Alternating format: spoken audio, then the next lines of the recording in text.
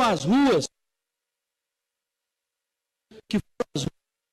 pela democratização do Brasil e que tiveram, num momento importante, que foi 1986, aqui em Brasília, março de 86, ou seja, exatamente há 26 anos, que nós tivemos aqui a realização da 8ª Conferência Nacional de Saúde.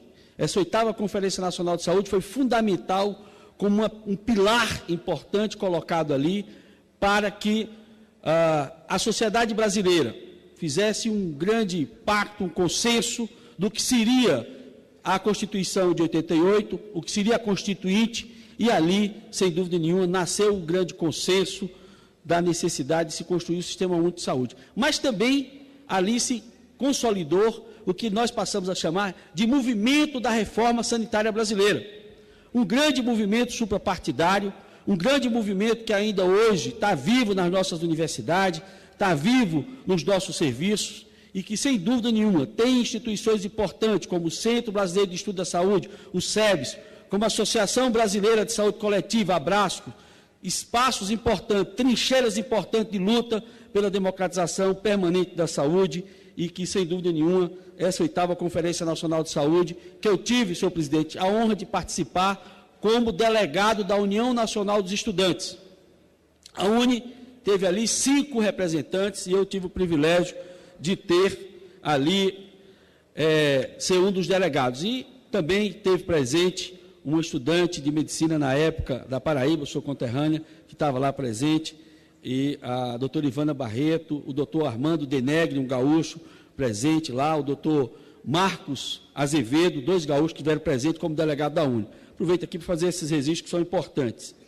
E aí, senhor presidente, senhores deputados, eu queria também chamar a atenção, porque muitas vezes um brasileiro, a brasileira que tem um plano de saúde, diz, mas eu não sou usuário do SUS, por que me preocupar com o SUS? Todos os brasileiros são usuários do SUS, porque o SUS, senhor presidente, não é um sistema de assistência médica ambulatorial.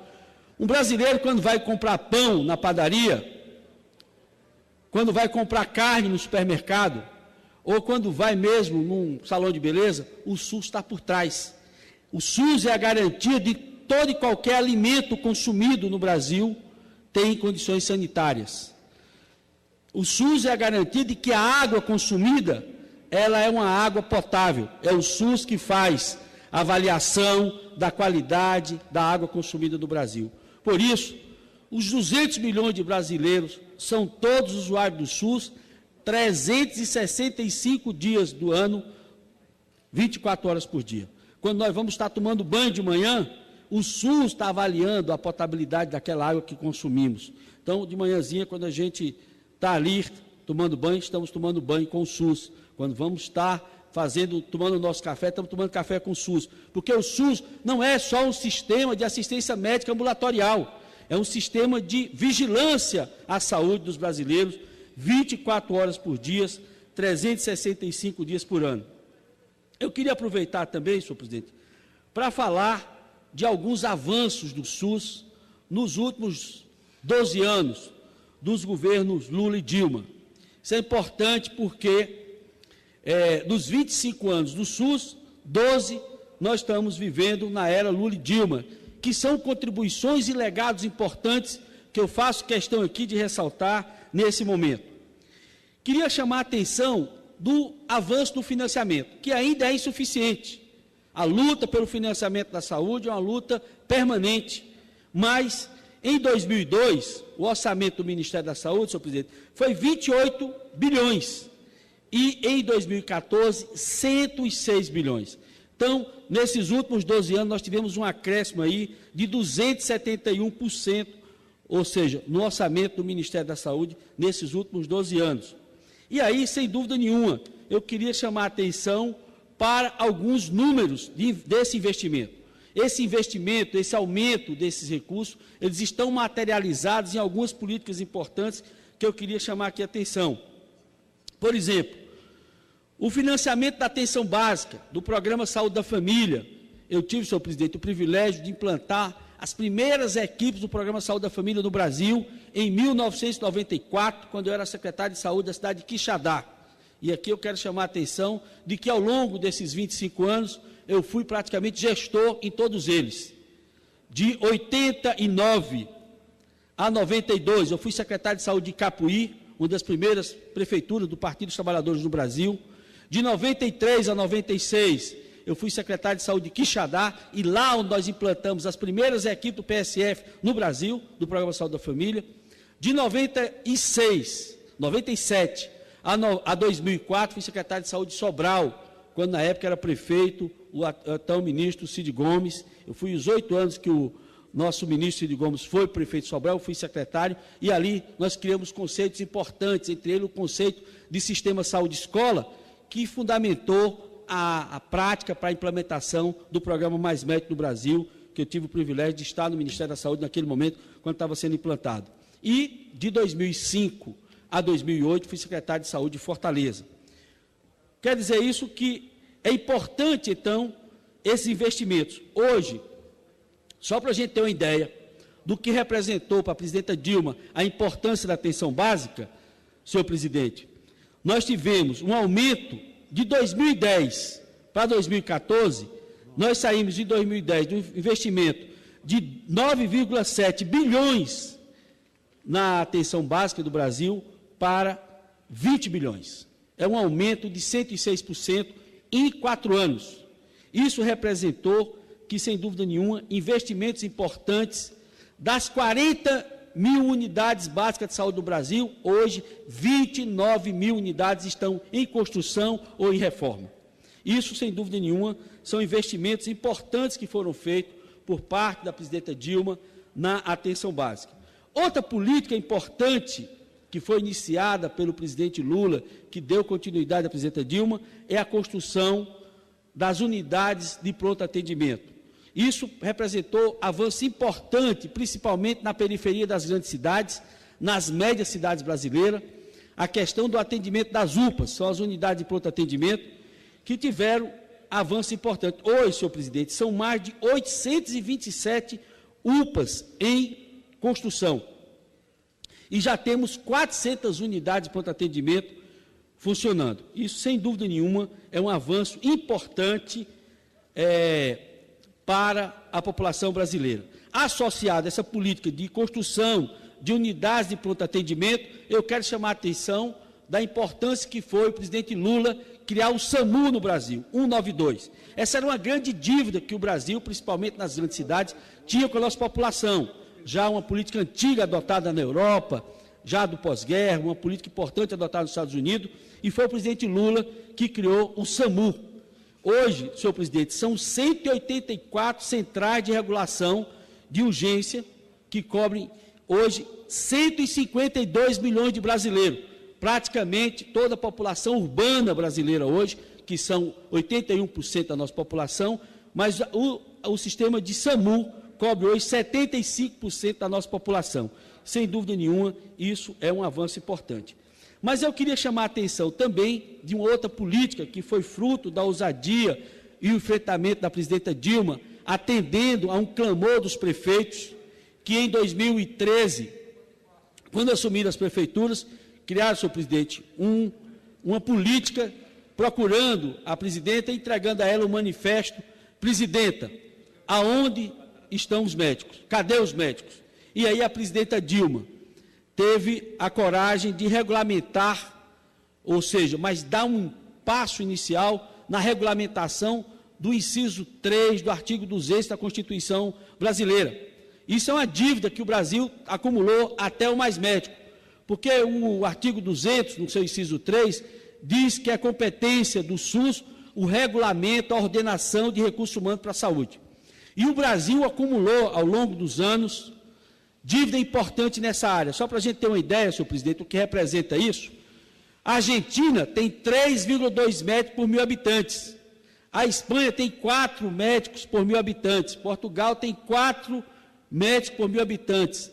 A Inglaterra tem 2,7 médicos por 1.000 habitantes. E o Brasil, 1,8 médicos por 1.000 habitantes.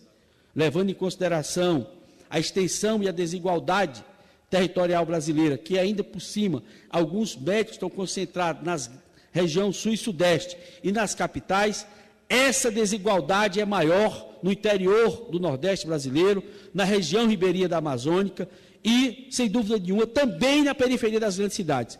Por isso, a presidenta Dilma criou o programa Mais Médico. Eu tive o privilégio de estar como secretário do Ministério da Saúde quando nós implementamos essa política, e essa casa contribuiu de forma substancial quando aprovou a Lei 12.871 de 2013, que teve como relator meu querido amigo deputado Rogério Carvalho. E aí, sem dúvida nenhuma, hoje os números do Mais Médico, senhor presidente, já falam por si só.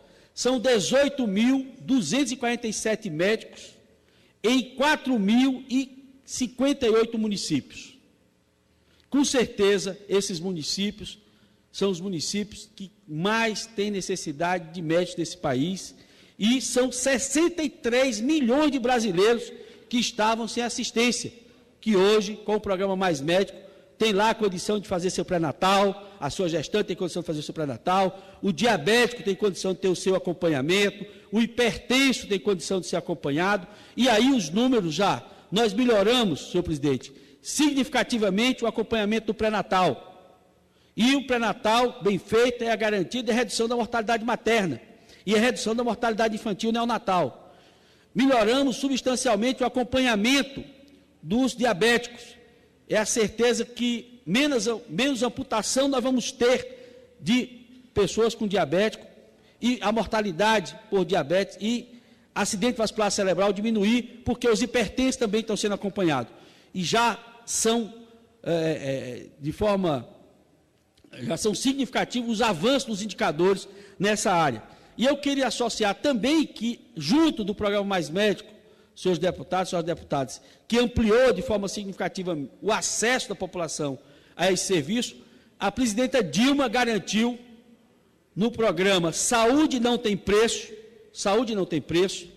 acesso a medicamentos para hipertensão, diabetes e asma, não só nos postos de saúde, não só no programa Farmácia Popular, mas no programa Aqui Tem Farmácia Popular, ampliando esse acesso a todas as redes de saúde privada do país, que são a garantia de acesso da população a esses medicamentos. Só para a gente ter uma ideia, hoje são 113 itens de acesso ao medicamento do Farmácia Popular e 24 milhões de pessoas são atendidas por esse programa. Isso é quase a população de vários países do mundo. São 24 milhões de brasileiros que já têm acesso a essa medicação para hipertensão, asma e diabetes. Isso são, sem dúvida nenhuma, 14 itens de medicamentos para hipertensão e diabetes. Agora, senhor presidente, não podemos deixar de entender que temos aqui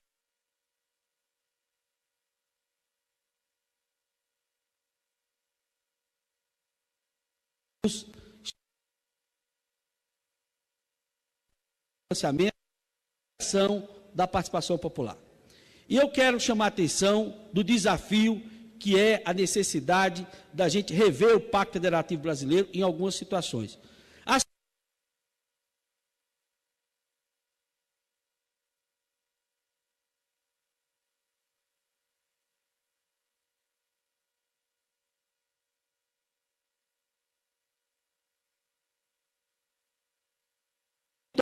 A universalidade do sistema, mas nós temos o desafio da integralidade, que é o fato do paciente que mora no município de 10 mil habitantes, que tem um câncer, ele vai precisar de ter acesso à capital do seu estado. Os pacientes que moram no Acre, com um conjunto de procedimentos que não tem no Acre, ele tem que se deslocar para Brasília ou São Paulo. Então, essa articulação interfederativa, não tendo nós uma região de saúde constituída legalmente, porque nós não temos na nossa estrutura republicana a região como um espaço de descentralização política, administrativa e financeira, o acesso do paciente do pequeno município muitas vezes é dificultado para ele ter acesso ao outro município. Então, nós precisamos rever essa questão, e a presidenta Dilma já deu um passo importante. Eu estava na Secretaria de Gestão do Ministério da Saúde quando ela publicou o decreto 7.508, criando a região de saúde e garantindo aí a necessidade de se garantir isso. O outro grande desafio, e aí, sem dúvida nenhuma, nós temos que discutir aqui nessa casa, e eu vou estar debatendo isso, como é que a gente pensa melhor o papel da região de saúde. Porque a municipalização na saúde, diferentemente da educação, há sempre a necessidade de um prefeito precisando do outro. Então, um prefeito, ele é gestor do seu município, mas ele tem que garantir o acesso à população dos outros municípios. E o prefeito do pequeno município precisa do grande município. Só que, como não há relação hierárquica entre um município e outro, muitas vezes esse ordenamento de acesso contínuo para garantir o princípio da integralidade da atenção, ele é truncado, trazendo, às vezes, sofrimento e, muitas vezes, até a vida de alguns brasileiros. Então, nós precisamos pensar melhor o que representa o Pacto Federativo na Saúde, inclusive pelo estrangulamento dos municípios na questão do financiamento. Outro grande desafio nosso é ainda a questão do financiamento. Por mais que a gente tenha avançado, e hoje a saúde já representa 9% do PIB brasileiro, quando a gente compara com os outros países, os países de renda baixa gastam 6% do PIB. Os países europeus gastam mais de 10% do PIB. Qual é o problema? É que o gasto nosso do PIB brasileiro, mais de 70%, invertendo o que acontece na Europa, é privado. Então, de 9% do PIB, 4,8% é privado e 3,2% só que é público. Então, nós precisamos aumentar a participação do recurso público no PIB brasileiro no financiamento da saúde e, sem dúvida nenhuma, eu acho que esse é um permanente avanço. Eu acho que aí, quando nós colocamos a questão do orçamento impositivo, colocando que os gastos da saúde são para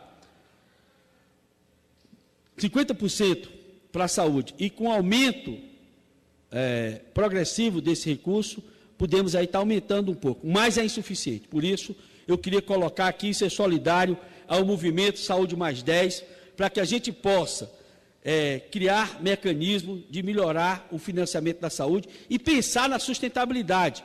Nós tivemos uma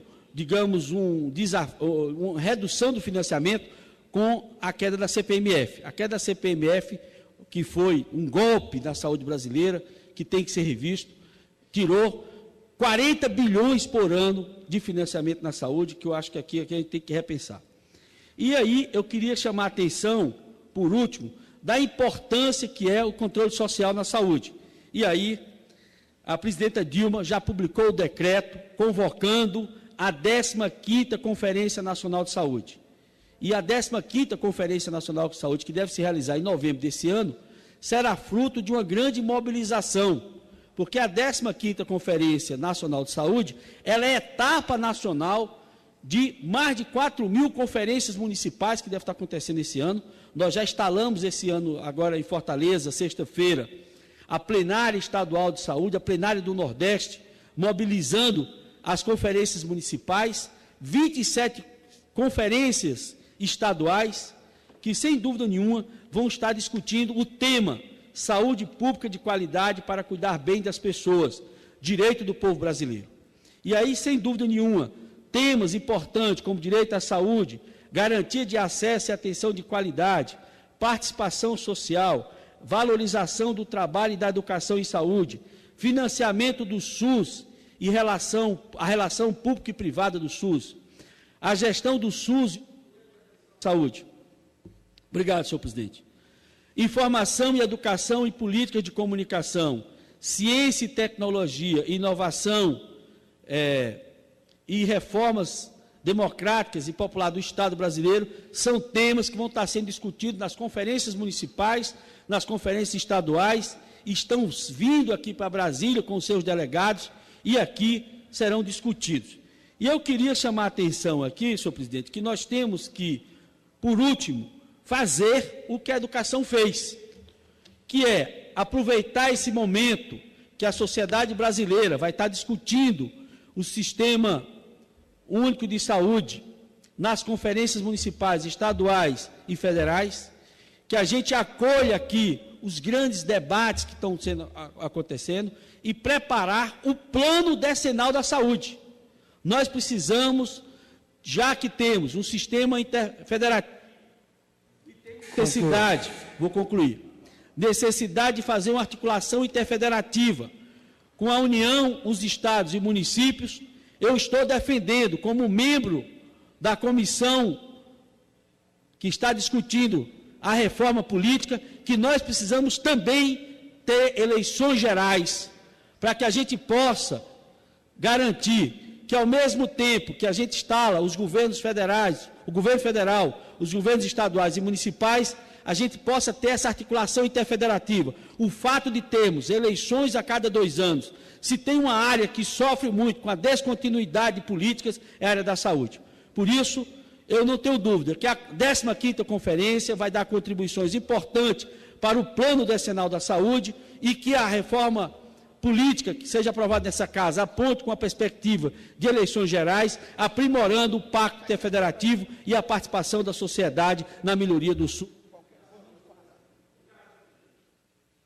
Deputado Odorico, quero parabenizá-lo pelo pronunciamento e me associar também ao pronunciamento sobre um tema de grande importância para o povo brasileiro, que é o sistema SUS, que nós devemos, nessa conferência, tratar da questão, como Vossa Excelência propõe, de um plano decenal para a saúde pública em nosso país.